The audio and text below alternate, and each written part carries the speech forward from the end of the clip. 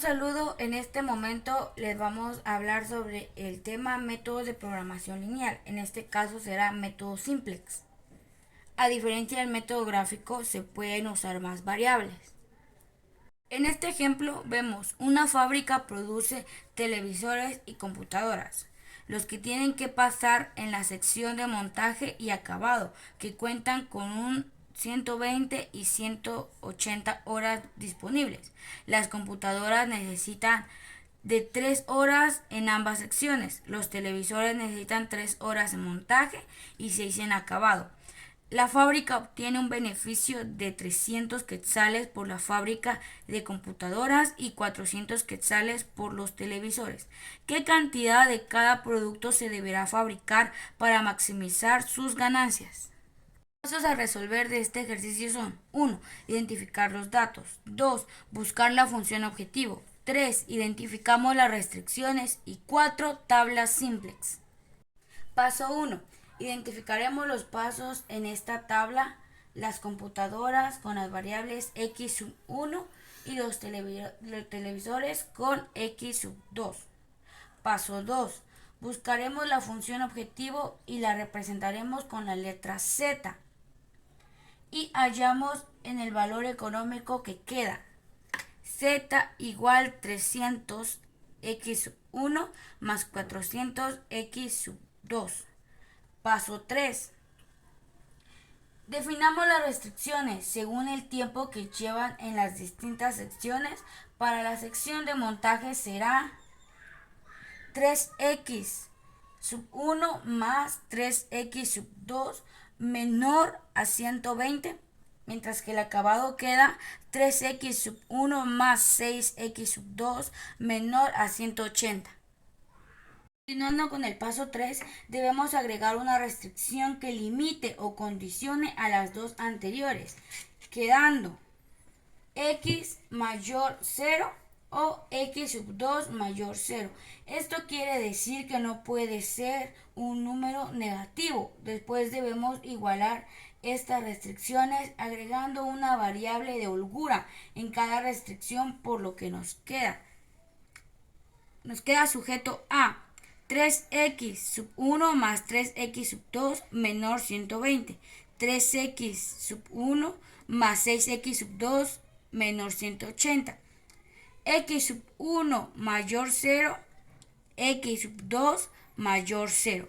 Haciendo la ecuación nos da como resultado 3x sub 1 más 3x sub 2 más x sub 3, que da 120, 3x sub 1 más 6x sub 2 más x sub 4 igual a 180. Continuamos con el paso número 4. Crearemos la tabla simplex. En las columnas irán todas las variables y en las filas únicamente la función objetivo y las variables de holgura. Los datos para la tabla serán los datos numéricos para las restricciones. En la fila de la función objetivo buscaremos el valor negativo más alto y la columna a la que pertenece será nuestra columna pivote. El valor de las disponibilidades los dividiremos entre la columna pivote según el vector que corresponde a esa fila. El resultado que tenga un valor menor identifica nuestra fila pivote y el valor que tenga el intersectado entre la fila pivote y la columna pivote se llamará elemento pivote. Creamos nuestra segunda matriz y sustituimos la variable de la fila pivote con la de la columna pivote y el valor de cada columna se halla con la división entre elemento de la fila anterior con elemento pivote.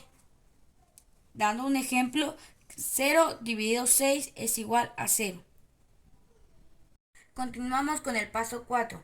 Para hallar el valor de las otras filas debemos utilizar la siguiente fórmula, que es FA menos PF por FN. El significado de esta fórmula son: FA igual fila anterior, PF pivote de la fila y FN fila nueva. Para hallar los nuevos valores de la fila función objetivo haremos lo siguiente. 1 menos 400x0 igual 1.